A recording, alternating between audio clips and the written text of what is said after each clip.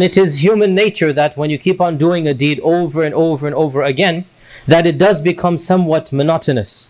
And every single night coming and praying so many raka'at and doing the same routines over and over again, it is difficult to fight off the notion or the feeling of monotony. And that is why persevering in the salah and maintaining one's khushu' in the salah is the highest sign of iman. Yesterday we recited قَدْ أَفْلَحَ الْمُؤْمِنُونَ الَّذِينَ هُمْ فِي صَلَاتِهِمْ خَاشِعُونَ. The number one characteristic of iman, that the mu'mins are successful. Qad is an emphasis that indeed there can be no doubt that the believers have attained falah. And falah means ultimate success. قَدْ أَفْلَحَ, this is a statement of fact. Success, victory. قَدْ أَفْلَحَ who? Al-mu'minun. And then Allah follows a long list. Who are the mu'minun?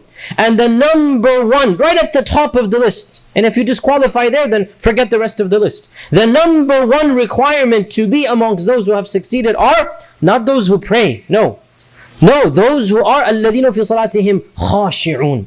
They have attained the actual khushu'. And what is khushu'? Khushu' means a humility, a humbleness. Khushu' means khasha'a, and khasha'a means to be humbled. Khasha'a means to have an element of hope and fear. Khasha'a means to be conscious of Allah and submit to Him. And therefore, the ultimate goal of salah is not the actual motions, it is the spirituality behind those motions. Our Prophet Muhammad sallallahu alaihi wasallam, we all know that there was only one time in his entire life where he was taken up to a divine audience with Allah subhanahu wa ta'ala, where for a reason that he didn't understand at the time, Allah Azza wa Jal called him up to have a meeting with him, a divine meeting. So important was the message that the messenger himself was called to the presence of the divine. No other commandment in our religion, brothers and sisters, no other commandment was revealed in a manner that the messenger is brought up. No. Every other commandment comes down through Jibreel. The command to fast came down. Oh, you will believe fasting is prescribed. Jibreel brought it down. The commandment to give zakah.